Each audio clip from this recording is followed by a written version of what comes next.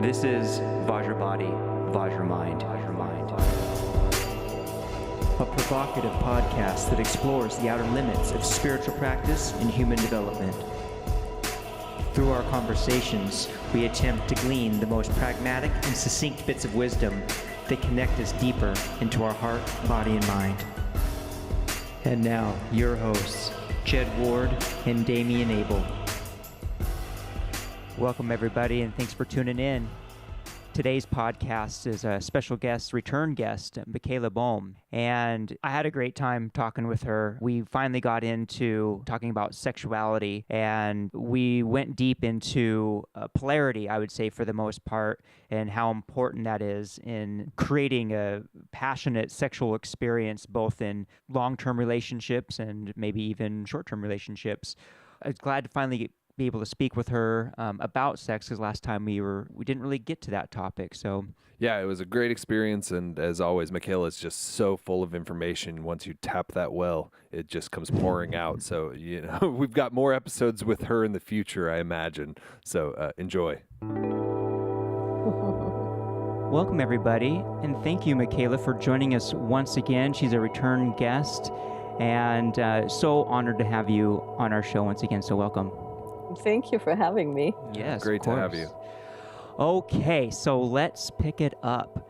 So last time we spoke a lot about, what would you say, about the path of being a teacher, kind of in a way, or the... Yeah, and the state of spirituality in the modern world. I think that's really what we got at, is like, where are we? Right. And then we kind of left off like, oh, we have one of the most sex experts on our show, and we didn't even really scratch the surface. So I will ask or follow up on something that was mentioned in our last podcast. To sum it up, I was saying there's a difficulty of having such a peak experience of sex, and maybe in the beginning of a relationship.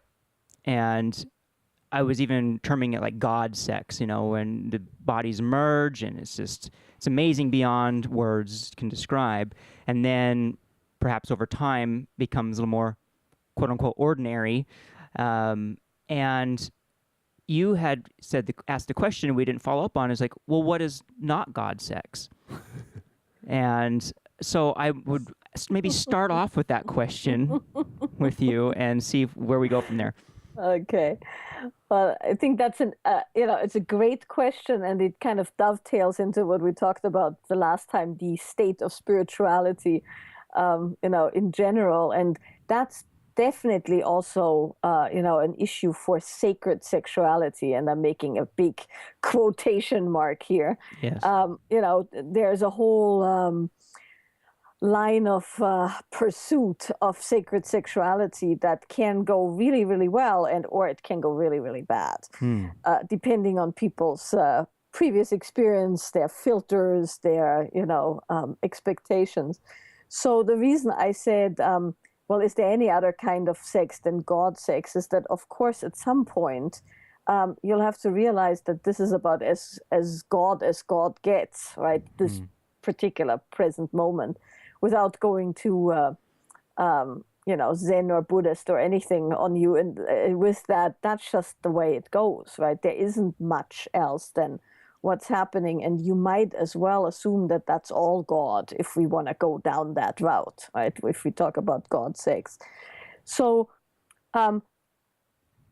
one could then say, right, I'm saying these things, and of course there's always an argument against these things, and you have to take it with a grain of salt. But this is my personal line of inquiry, and also the way I teach these days, with many, many sidearms and details.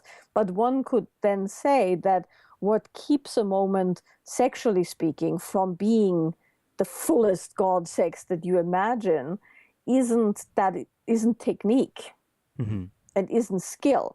Now, it's really, really good to have skill and technique, and we can talk about what makes good skill help the God sex along.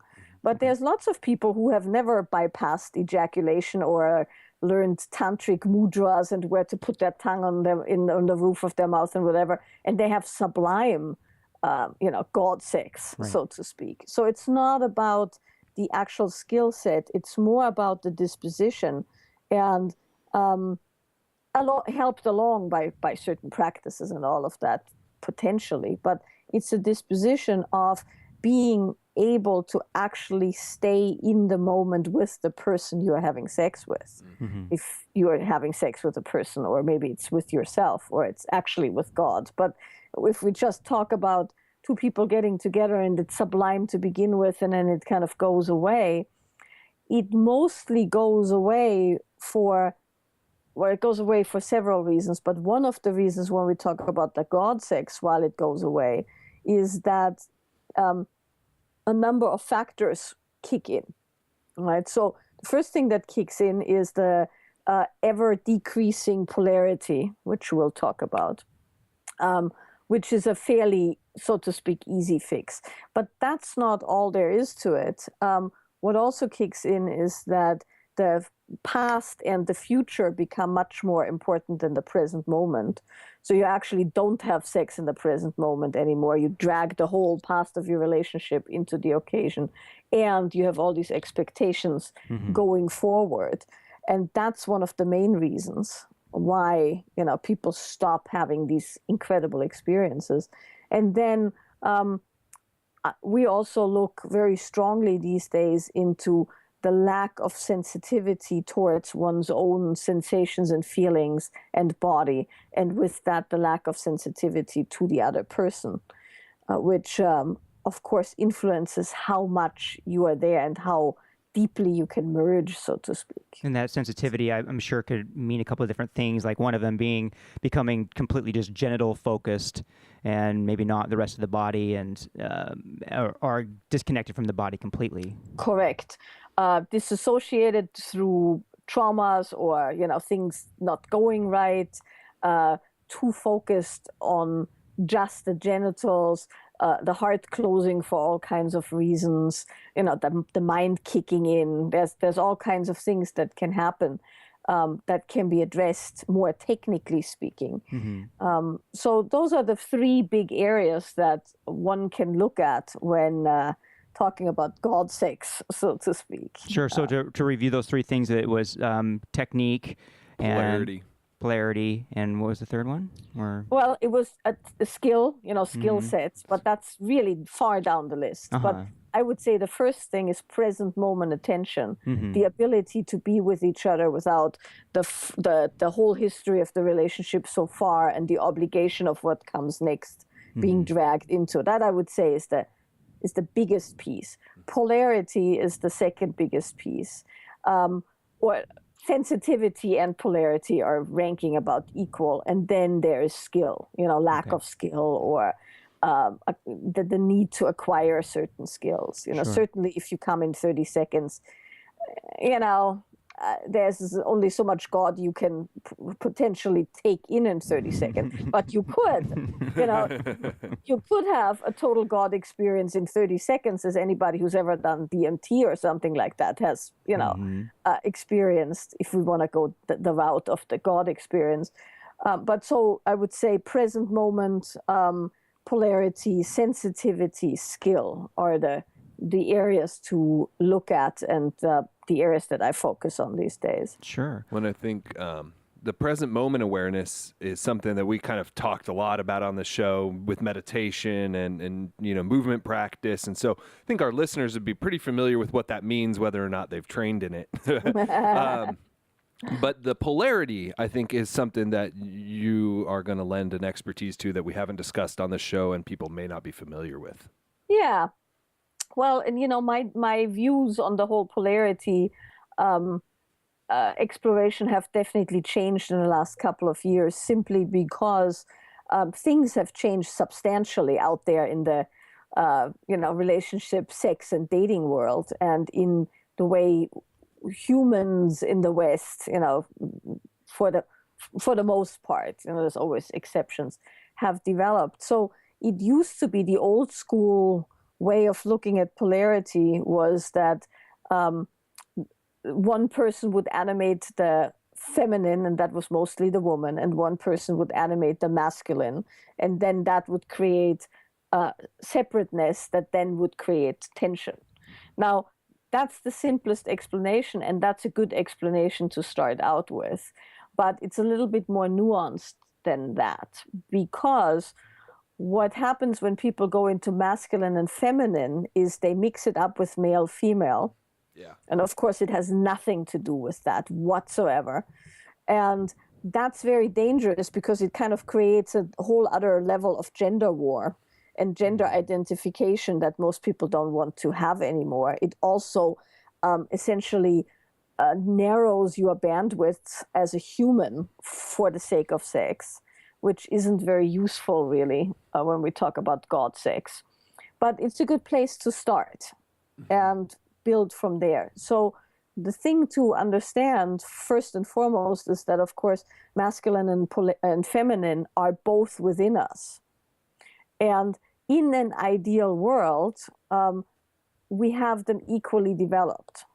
Now, of course, they're always in balance anyway, because that's just how it is in a human being. But within ourselves, we have these dual forces that at times, merge into oneness and at times not. And that friction in the original tradition I was taught in, we call it erotic friction. Right? That erotic friction happens within yourself, and it is the source of your doing and of your creation and of your exploration.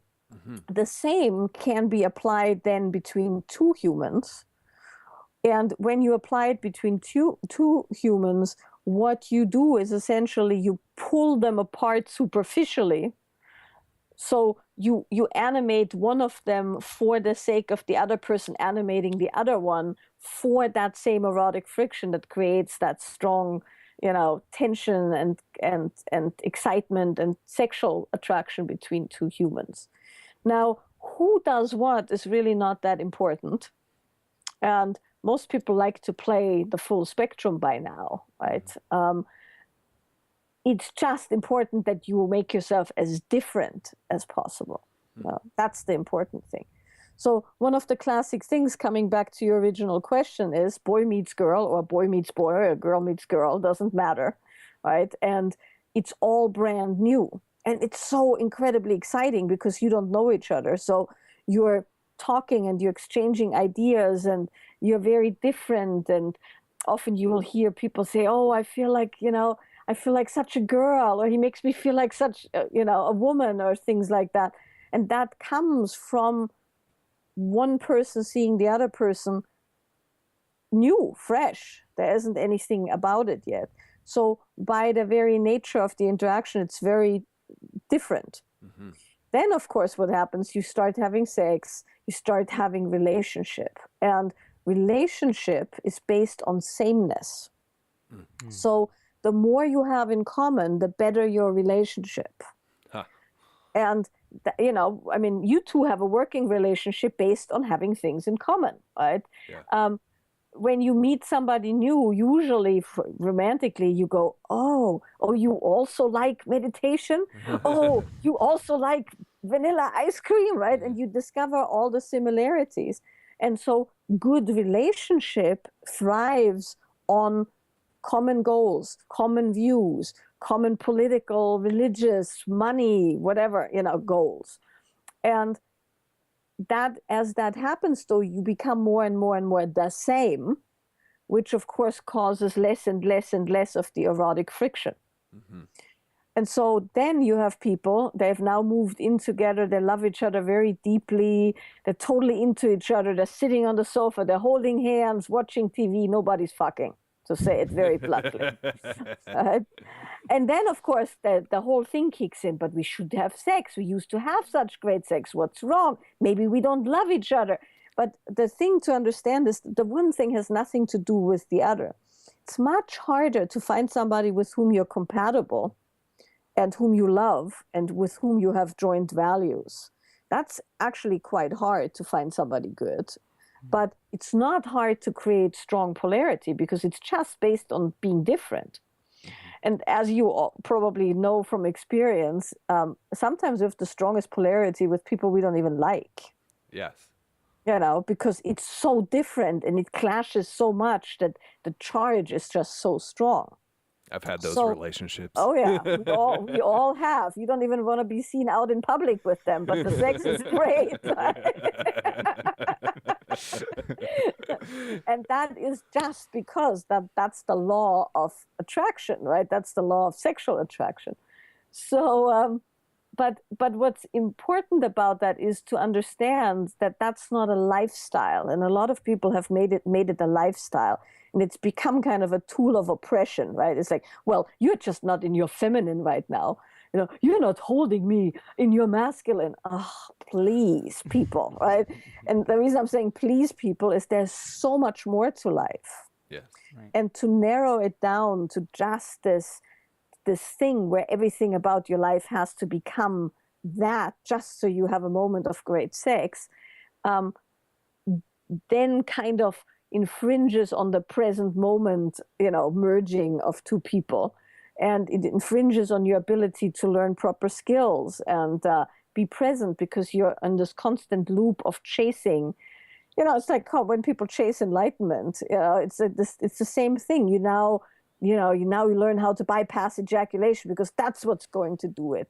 Yeah, maybe it will, maybe it won't, right? So it's a much wider issue of who are you, and is the person who you are able to play fluidly in these domains? And that might mean, as a man, that you, for the moment of the sexual occasion, really animate the more masculine aspects of who you are. And she might animate the more feminine aspects of who you are. But it could also mean that you flip, right? Which sometimes when a guy comes home from a 15-hour workday, the last thing he wants to do is penetrate something, emotionally, physically, spiritually. And sometimes a woman might find, or this is also true between two men where one plays the masculine, one plays the feminine. Sometimes you just want to lay back. And so it's good to have facility in both domains so you can play very freely. And it's good to separate that from the rest of your life so that you can have the life you want to have, where you're not in some kind of weird headspace that when you go and kick ass at your job, that will make it so you can't have good sex, which is kind of a common theme that people come to me with often. It's like, well, do I have to give up my corporate job in order to be feminine? And the answer is absolutely not. The only thing to know, and this brings us back into the present moment and embodiment and sensitizing, the only thing you need to know is that whatever you do predominantly with your body is how your body is shaped muscularly, right? And neuromuscularly. So when you kick ass all day, your body is shaped like somebody who kicks ass and not somebody who surrenders. Mm-hmm. Or when you surrender all day, you lay on the couch and you smoke weed and you eat cookies, you probably don't have the muscular and emotional wherewithal to really penetrate something. Mm-hmm. Well, I'm thinking about how scary that might be for one to suspend, quote unquote, who they are in order to role play, is kind of what it sounds like in a way. So what kind of approaches does somebody take to, say, for a man who wants to be more masculine, be able to do that in the bedroom? Well, see, this is why I wouldn't want to say more masculine anymore, right? Because but we can, because most people know those terms, but those connotations are just, they are somewhat scary, because the thing is, when are you not masculine, right? You're always masculine and you're always feminine. There's a part of you right now that runs this interview, that knows exactly how long it needs to take. You check the sound, you're talking to me, you have questions. So you are penetrating, so to speak, into my space for the sake of guiding this conversation. But another part of you feels where the question needs to go, and you feel your own emotions and you feel his emotions and you track mine and you're aware of other things that are happening in your life. Maybe you're hungry, whatever is happening. you haven't negated the aspects of you that are feminine, so to speak, amongst them your active mind, yes, in order to penetrate me, so to speak, right? So it's not an active sexual penetration. However, anytime one person guides another person, that is a polarized interaction. Hence, women go for the tennis instructor and, you know, stuff like that. Or yoga teacher these days. Nobody plays tennis anymore. Yeah. Well, I guess that the more specific question then, because it sounds very energetic then. So how does one increase the polarity of that energy then? Because I imagine you encounter people who have a hard time getting past a certain flatness of that energy in order to have more peaks and valleys, the risk taking. Yes. Well, you know, of course you can do specific things with your body that increase your ability to penetrate. And you would do those not only for the sexual occasion, but you would do those in order to make more money, get more done, bring your body in shape, you know, things like that. The same principles apply across the board. They don't only apply to sex, to physical sex. Right. They apply to, you know, getting here on time. So you're looking at the aspects of you that are not as sharp and directed and focused and full and strong in those domains. And then you learn what you need to learn, which could be a combination of skills, could be an underlying lack of motivation, could be fatigue, right? One of the things that's really not discussed much that I'm encountering massively in the States, it's very different in Europe, you know, because I teach in Europe and Australia and in the States, and radical differences. But in America, one of the things that's barely ever taken into account when people talk about, you know, the sexual thrust or sexual surrender is the fact that most people are fucking exhausted, right? And so, you know, it's all good and nice when you say to a guy, well, you know, get more into your masculine, you need to penetrate deeper. Right. Well, you gotta have at least a bit of resource to do so, right? Yeah. So, you know, and the same is true for making more money or going to the gym more often or stuff like that. It's not all about willpower, and it's not all about, you know, getting the right coach to hold you accountable. It has a lot to do with actually having the resource. The physical and emotional resource, mental as well, but physical for the most part. So if you want to animate that part of you, the penetrative, the taker part of you in the bedroom, you would look at, do you have the bandwidth to do so? Right. That's the first thing I would look at. Right. Before and that's going to be anything developed else. too, I suppose. If you know, and this has happened to me recently where I've started working out more rigorously and I do have more vitality.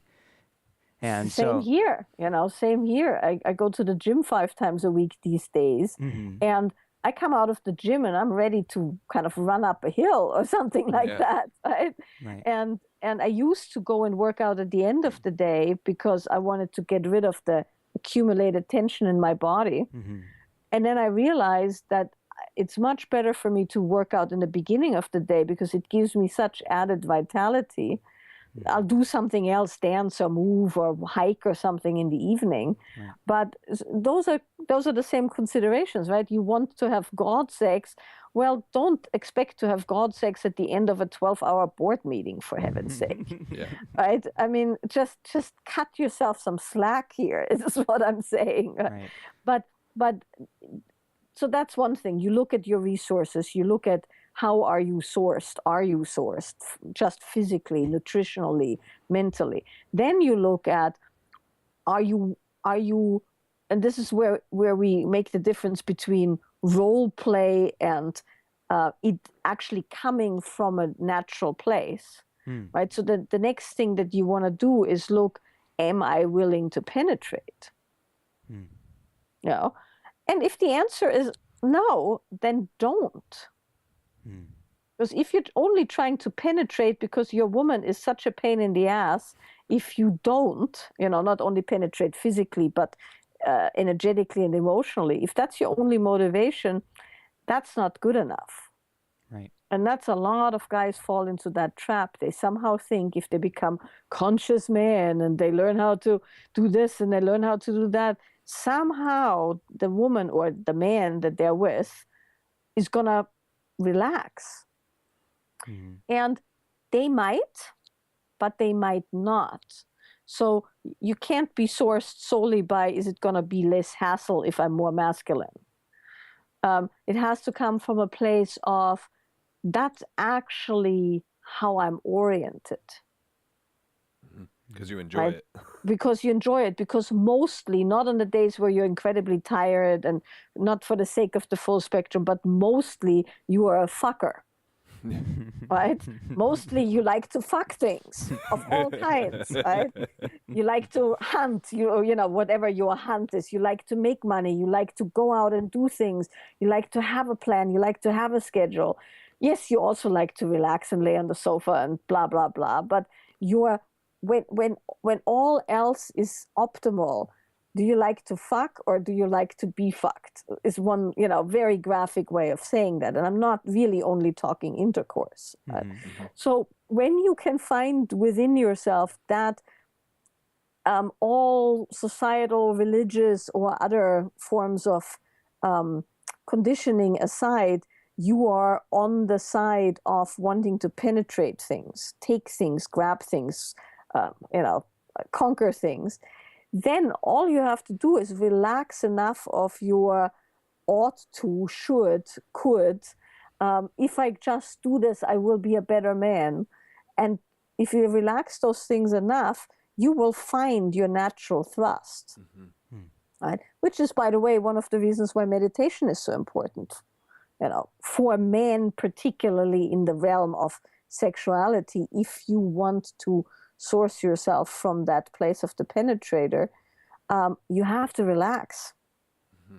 You know, you can't add more push to the push, which is one of my main gripes with men's groups these days, is it just becomes this grinding push on top of the push on top of the push. Yep. And everything is just goal-oriented. And then you have just these layers and layers and layers and layers of how it should look versus sourcing in what's naturally yours. Mm-hmm. Someone's come across my language as motivation versus inspiration. Exactly. Mm-hmm. Exactly. Yeah, it's one way of saying it. Being versus pushing, you know, or the relaxed unfolding of your natural state versus the forcing something. Mm-hmm.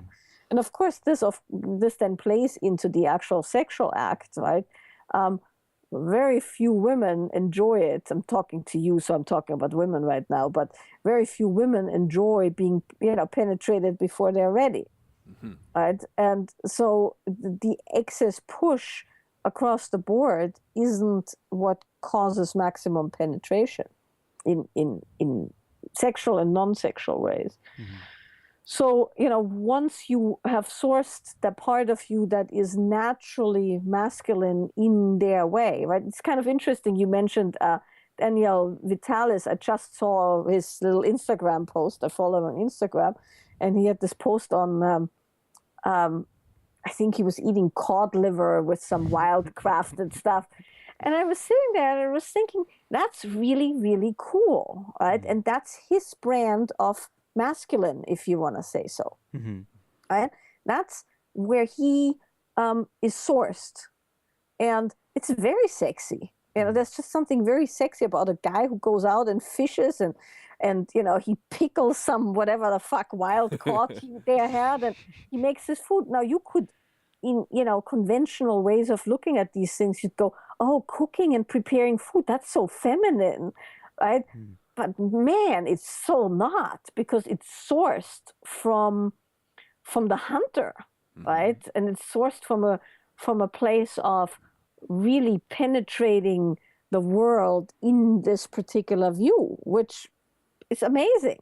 Even though conventionally speaking, you'd go, oh, you know, mm-hmm. this guy is cooking. He puts recipes on Instagram with beautiful, you know, but it's not such. So he's a classic example of somebody sourced very deeply in something very masculine that doesn't look like it to begin with. I have a question about the navigation between the intimacy and the relationship. Because for me, it's like I'm very much like I work out all the time. I'm always goal oriented. I listen to metal and it drives my wife crazy. We do great, you know, and not in the flow of life. But my masculine energy, she loves sometimes, Yes. but other times it drives her bonkers, you know. Of course. And so how do you, you know, and I love that we're so polarized. I love that. Like that, if I would say there's a thing most important to me in my relationship, the polarization is what I love. That's the enjoyment for me. So I don't want to lose that. But because the polarity, we also drive each other nuts. Yes, well, that's the nature of the polarity. And so that's the other caveat, right? If you want that kind of polarity, you will have moments of great disagreement and annoyance and, you know, just where you don't even want to, you know. so that can't be helped. Mm-hmm. Now, psychologically and developmentally, you can work with that by putting safeguards in there so that that doesn't destroy the parts of the relationship that are very close. Mm-hmm. And so space is one of them. Yes. Right, having lots and lots of space for her to having a place to go when metal just isn't the thing to do, right? For you to have a place to go when she has her girlfriends over and there's endless chatter or whatever it is that bothers you, right? Yes. So what you do to preserve the polarity is actually make the intimacy very intentional and not random, because it's the randomness that destroys that spark, you know, because if she constantly has to listen to your metal, she'll get numb to you and resentful, and her body is no longer going to open. But if you've just pumped in the gym and listen to metal, and then you come to her with that energy but not with the sweat and the sound, right? Yeah. Then it's fantastic. Yeah. So a big part of polarity is having time apart, of not insisting that everything is being done together, not constantly sitting and touching and holding hands, not constantly rubbing the polarity off, so to speak. You know, when you rub magnets together, they eventually lose their charge. Yes. It's exactly like that. It's like I can always tell you that in any workshop that I've ever done, the couples who are sitting together and rubbing on each other during the intro are the ones with the worst sex lives. And it's a combo of that constant rubbing off and the constant having to reaffirm that everything's okay when it's really not. And you know, so it's a rubbing off and it's a numbing that then causes, you know, in the best case scenario, you have a great relationship and no sex. In the worst case scenario, you have no sex and the relationship is filled with strife and resentment because you don't have, you know. Could you expand on this outside of the relationship even? Because it's actually a question I was going to bring to you about space and about being too available. Because I think it's a real common problem in America in particular, that people make themselves over available and then resent one another. And it's this pattern I see, you know, like we really addictively go like 24/7 in the beginning of a relationship, a partnership, whatever. And then we fucking hate each other afterwards because we've just totally saturated one another. And I think that this a pattern I see, you know, with friends, with, like I said, outside of relationships. So you could say a little more about that. Yes, well, that's really a psychological issue and not a yogic sexual issue, right? And what I mean by that is, for some reason, particularly in America, now I'm not saying that doesn't exist in Europe, but it's much stronger in America. Say how I can say this in the least offensive way. Offend us, please. We need it. Well, you know, I mean, I the reason I'm slicing this carefully is because I'm making very, very broad statements. And of course, anybody can say, well, I'm not this way. Right. Well, I wasn't raised that way. But for the most part, there is a certain compliance required when you are a child, right? So how you live as a human being is that somebody feeds you, diapers you, shelters you, clothes you, keeps you safe, till you have come of age, which in America is very late. But let's say in indigenous tribes or so, by 12, 13, you're of age, essentially, right? But not so in this particular culture. So, but up to a certain point, you have to comply with your elders and your parents in order to live and in order to also get love, which are, the same, essentially. If you're not touched but fed properly, you'll also not develop very nicely as a child. So humans have to be compliant to get love and care and shelter for a certain amount of time. And good parenting would mean that the parents know what's best for their children and they guide them well. And in the beginning, it is do as I say, because that's what's needed. And then as the children learn maturity, and also, in indigenous tribes, usually children are not only raised by their parents because it's considered that they get way too hung up on their own stuff. So there's usually other people involved, particularly when the children come of age, where other men help the boys and the other women are with the girls as well. But none of that exists anymore. So in the healthiest possible way, your parents can fairly accurately tell your level of maturity and your level of responsibility, and they guide you in making decisions more and more by yourself as you grow, so that by the time you leave the house, you're actually capable of caring for yourself properly and having individuated enough that you can say no, set proper boundaries, take care of yourself, take care of other people. Right? That would be the ideal scenario, which is very, very tight control, loosening as the empowerment of the child happens. And then in the best possible scenario, you'd have an initiation, right? Where, depending if it's a boy or a girl, things happen that empower you as being a separate human being and give you confidence as a separate human being. And then, gradually over the next couple of years, you are on your own. Wow. It's not exactly how it plays out, right? So that there's all kinds of factors involved. People not being raised by their parents, people raised by one parent, parents being incredibly absent because they both have to work, overbearing mothers, overbearing fathers, absent fathers, absent mothers, right? So it's not that clear cut anymore, particularly in America, where in Europe, at least, you can get a year or two of paid maternity leave, which is scoffed here as socialism. But people are not nearly as insane over there because they're actually with their mothers and they don't have to go into a childcare with, 6 weeks of age or something like that. So this whole rant is to say most people have not learned how to be independent. And they're certainly not interdependent, where it's a collaborative process between two people. They're codependent for the most part, based on the fact that they weren't empowered and weaned properly. And, lots of people these days live home way longer than they should, based on economic factors and things like that.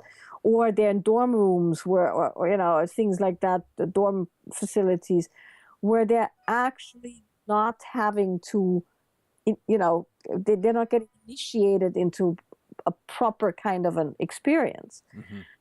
So then, of course, you get with a girl now, let's say, or you have new friends. You don't know when enough is enough because you've never really learned what you need. You've always been doing the things that needed to be done. So you got the love, the money, the appreciation, the grades, the social status that was required. American schools are set up that you have to be in a certain kind of a clique. And then, you have to be in clubs and all that weird shit that essentially makes you have to conform. Yeah. Yeah. If you don't conform, you don't make it through your schooling properly, or with big dents in your psyche. So then suddenly you're out on your own, and all you know is how to conform. Yep. All you know is how to please. Then come the natural biological things. Women have a tendency through upbringing and, conditioning and whatever, but also biologically speaking, to sacrifice, because when you give birth, you do potentially sacrifice your life and, things like that. So most women aren't capable of setting very strong boundaries. Also, when you are in the role of the one who surrenders, you, of course, also give up your boundary. That's a whole other thing. And of course, you can't really surrender until you have also proper boundary function, because otherwise it's not actual surrender, right? Yeah. It's just rolling over and then feeling violated. But so to bring it, after this long rant, back to your loop, how it happens is people spend lots and lots and lots and lots of time together. They don't preserve their own boundaries. They're not capable of actually doing the things that would allow them to have a relationship with that person. They do the things that allow them to get the thing that they need to feel okay. And then, of course, inevitably that goes sour, because no one outside of yourself can give you the thing that you want, number one. Mm-hmm. And also, if you don't ever speak up about the things that you need, you'll end up in a really soured relationship. And you see that a lot, then people have these massive breaks, and you kind of go, how the hell did it get this far? Did you never speak about this? And the answer is usually no. Mm-hmm. Oh. Yeah, so, and I've noticed for myself that I had to put myself through ritual individualization and individuation in my 20s, late 20s. I really had to push myself, long-term retreats and even tattooing and all kinds of stuff that I did as an attempt to free myself from that dependence mentality that was never given to me. I never was shown how to do that. I just kind of figured it out slowly over time, and it totally makes sense to me. Yeah, it sounds like a rite of passage in a way, something that's not really practiced here in America. No, it's not. And then that ties back into what you were asking about the God sex, or the sexual polarity, right? One of the principles of God sex, if we want to go very technical, right? My original lineage is a Shaivistic Kashmiri tantric lineage. And in that lineage, one of the things that I've just started teaching again is a deity yoga, right? Which is a form of ritually merging with a deity, which of course very clearly makes it apparent that who you make yourself to be is completely arbitrary. Right? So it's one way to loosen the grip on the structure, is to merge with a deity. And in that merging, first of all, you learn the merging, but in the merging, in the full merge into the attributes of the deity, you realize how random your structure is. So in order to merge healthily, you have to, of course, have proper boundaries, first of all. Mm-hmm. So, but then you learn how to merge. Now you're merged. And then from the merging, you can polarize. So when you hear this in the tantric traditions, they sometimes talk about the great marriage, or God and goddess having sex for the sake of oneness. Well, what you learn is you learn how to merge with the deity. So you become the deity, and then you polarize with your sexual partner who's also merged with the deity. Mm-hmm. And then you have God and goddess. So you are empty of your own stuff in the classic sense. And then as God and goddess, so to speak, you polarize for the sake of the erotic tension, and eventually you merge as that. Mm-hmm. Right? Mm-hmm. So those are the practice steps. Now, it's not done like that in modern tantra for the most part. It's just enough to sit on somebody's lap and wriggle your arms a bit and, maybe do some mudras and stuff. Now, I'm not saying everybody teaches like that, but a lot of people have no idea that when they talk about Shiva and Shakti merging, that is actually a very rigorous discipline. Yeah. Right. So I think we're just going to speak about ritual then a little bit, because I'm not quite sure how to do this in an intentional way. I've had the experience of what you just described at random. I mean, I have done deity practice in the past by myself and merged with the guru or the deity. And then, fortunately, randomly, through sex, I had that merging happen without any real, like, knowing that that's what was going to happen or that was my intention. Yes. And so now that that's not really happening, I'm wondering, Yes. okay, is there more practice to be done? You know, is it need to be kind of ritualistic or what?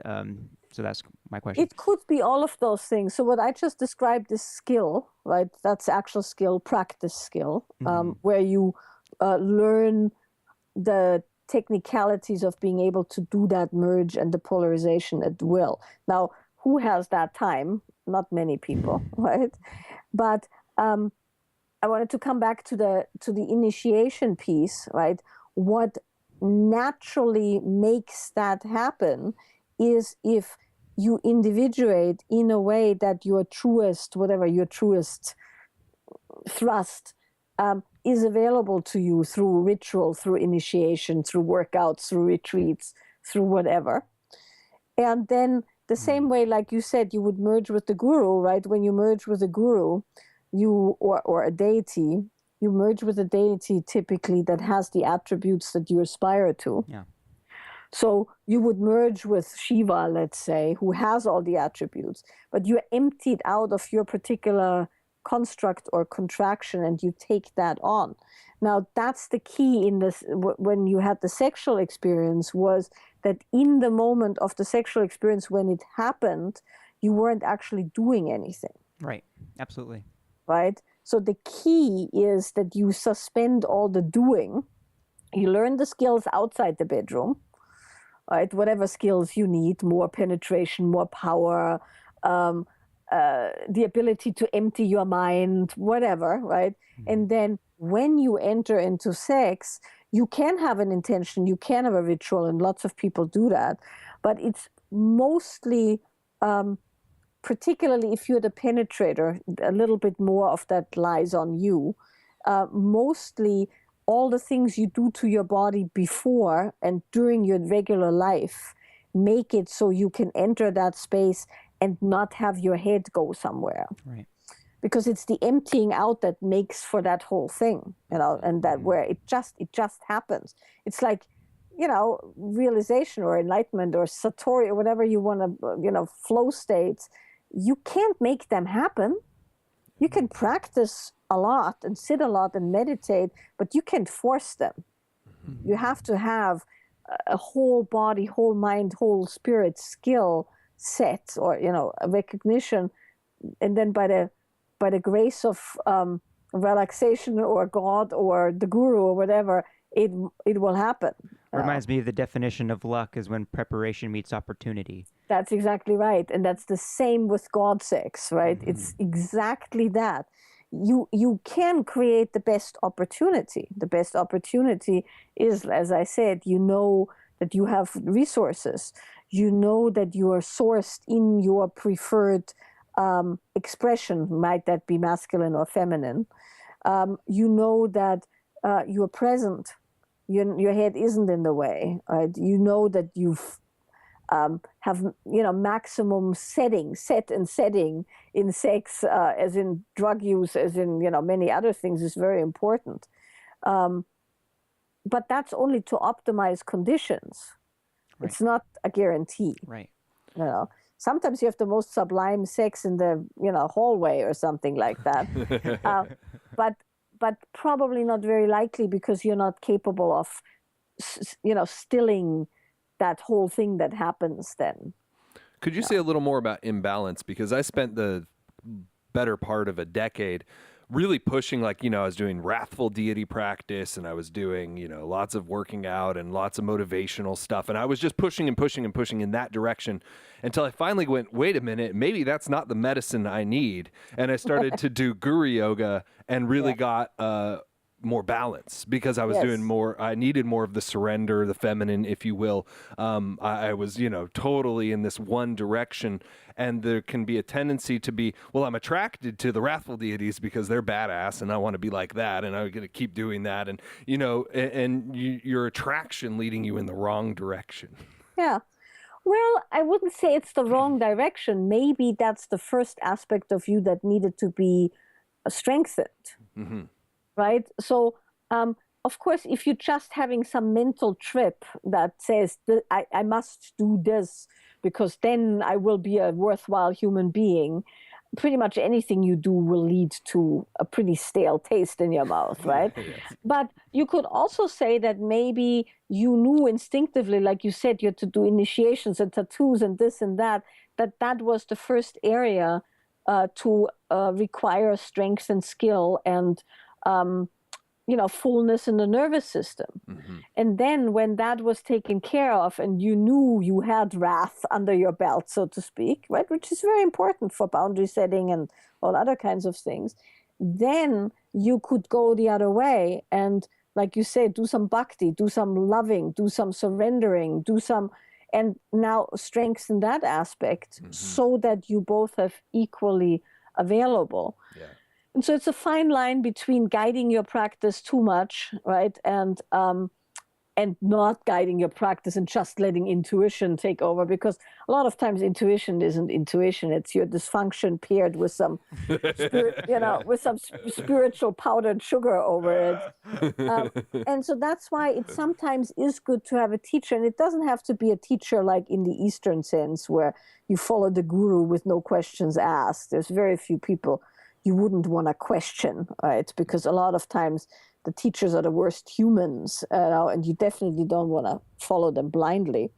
But sometimes it is good to have checks outside of yourself that can say, okay, this is, the whole wrathful thing's going a little bit too far out. Yeah. And, if you're in relationship, and this is what relationships really good at, that becomes fairly clear fairly quickly. Yes. Because you get to see it somewhere else. Now, that's not to be, conflated with your partner's natural wantingness for their own, things. But there's also a part where it becomes very clear that something's just no longer working, or it isn't the right practice to do. So, you can see it in your relationship. You certainly see it with your friends. And you will, if you are somewhat sensitive, and that brings us back to being actually connected to what's actually happening, present moment awareness, you get pretty clear pretty quickly on when stuff stops working. Yeah. No. Yeah. But I would definitely say, and that's why I'm, a little bit weary of masculine, feminine as a term. I would definitely say that a good workout in both domains is very, very important. Yeah. Because, from a feminine perspective, as a woman, I want to be able to kick ass with the best of them. I certainly make all my own money and run my own farm and travel extensively, and teaching is a very masculine activity, and I love it. There's no part of me that wants that any different. It's just that tendency-wise, who I am sexually, or sexually not only in intercourse but as a sexual creature, is very highly on the other end, right? Very extremely on the other end, if given a chance. So I certainly wouldn't bring the thrust and the competence and the force that I have in business into the sexual domain, because that's not where I like to play. Yeah. So the only challenge here, the challenge is not that I'm not feminine enough in the rest of my life, because I'm always feminine. I'm always, hyper aware of those aspects of life, meaning life living through me. That never goes away, even in the most intense of teaching or traveling situations. My feminine's never not there. It's just not the muscle I'm using. I just have to make sure that the other muscles don't atrophy. If I'm no longer capable of changing out of the kick-ass coat into the surrender coat, so to speak, then I'm having a problem. But it's not a problem that is to be pointed at the masculine thrust I have in business. It's a problem that would have to be pointed at my lack of development or balance to the areas that I'm more drawn to sexually. And I guess there'd be a development part of being able to switch those roles quickly too. Yes. And you can learn how to switch those roles very quickly. And you can go back and forth. It requires something. It's not that easy, because any woman who's ever been in a situation where she was completely surrendered, you're somewhat incapacitated mentally for a moment, right? And it feels very violent to come back to doing. Right. And that once again brings us to very middle of the road, normal adult life skills that have nothing to do with spirituality or sacred sexuality, just have to do with being able to, manage your shit, which is you don't put yourself in a situation where you're completely surrendered when you have to grab a plane, an hour later. It's like, I hear it so often, well, and then, it was so horrible, I had to go work. Well, don't go there if the next thing that needs to happen is a board meeting. Yep. Yeah. Right? That's just common sense. And there is so much spiritualization of stuff that really is just common sense. Yep. I like that. That's, I don't know how else to say that, but very few of us have the kind of lives where we can randomly submit to our urges and cravings. So why would sex have to be like that when nothing else is like that? Yeah, it would be great. It would be great if you could randomly come home, bend your girl over the sofa, have a God experience, and then you both go back to work. Not very likely. Well, Michaela, we're up about an hour now. Yes. And That's a way to end. Yeah. That's the perfect way to end. I like it. Thank you so much. It's been very informative, and I can't wait to go back and listen to it again and catch all the stuff and process. Great. Is there anything that you'd like to end with about yourself today, or maybe what you're up to, how to direct our... Oh God, I'm up to so much. It's quite fantastic. I've kicked teaching into, a whole other realm. So this fall, I'm doing Europe, then some stuff in the US, then Australia, then some more in the US, You then coming Europe. to Seattle at all? I'm coming to Vancouver. Vancouver? Okay, I'll be in Vancouver in the end of September. I'm doing Esselen. I'm doing Amsterdam. I'm doing London. I'll be at the Science and Non-Duality Conference in San Jose in whenever that is.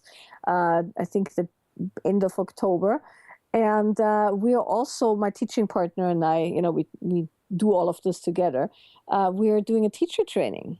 Which is a very, very exciting thing for me, because with the kind of the lineage that I'm holding these days, teaching and actually creating teachers is suddenly come to the forefront. And so I've kind of gone from very much an insular look at things to wanting to really educate people properly, give them a proper education. So we're doing 2 different tracks. One is an embodiment track, where it's all about the somatic unwinding and the coming into your own. It's an initiation of sorts in the purely bodily sense, kind of more shamanic bodily method that I've developed, early on when I was still with my original teacher, and then really refined over many, many years. And then I'm teaching an actual teacher training on how to teach a class on creating polarity and creating presence, heart openness, polarity, things of that nature. Is this study can be done remotely too, or is this something that people... No, you have to do it in person, because it's a very embodied, full-on, it's a very, very thin slice, meaning it will allow somebody to teach a class on the subject. So it's kind of a turnkey format. Right. From there, people can go deeper. There's all kinds of other things we'll offer eventually. But it has to be done in person, because it's very, very important that people bodily are capable of doing it. And the polarity aspect are all brand new things that I've developed in the last year. that are different views and different takes on the old subjects, so that people are not as pigeonholed into looking a certain way versus feeling internally a certain way. Yeah, totally. That's important. Which I find very important. You see all these guys, they're stiff and they're staring at the women because that's supposedly masculine, Right. and it's empty in there. So the whole idea is more to source from the inside what's true and then bring that forth. Mm-hmm. Very nice. So, yeah. Wonderful. Well, thank you again, Michaela. That's so good to see you.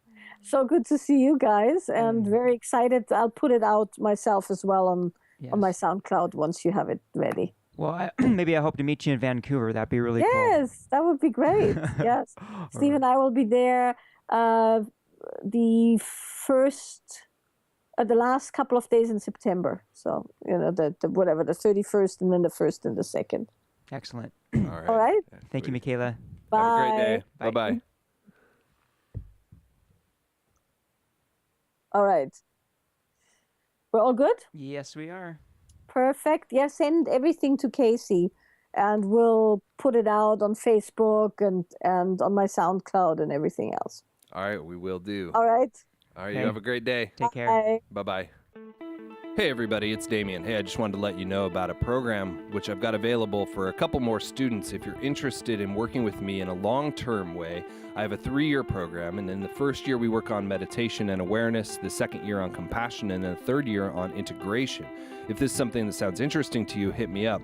I work really intensely with the students of mine who do this. They have access to me every day through text and email, and we really work in a focused way to get you through these different training methods. So if that's something that interests you, shoot me an email at damien.abel3@gmail.com or look me up on vajrabodivajramind.com. Peace.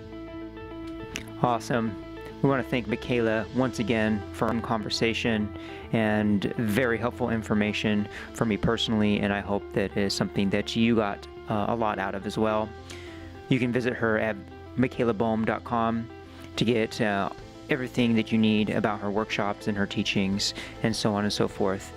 And if you like what you're hearing here at Vajra Body Vajra Mind, then please subscribe to our podcast on whatever podcasting website or service that you use.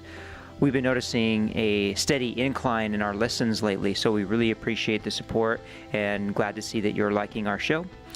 Next week, we have Arjuna Arda on, and it's a great conversation. We just keep getting awesome guests on. Much gratitude for them for wanting to come on and share their work, and much gratitude for you for listening, and we'll catch you next time.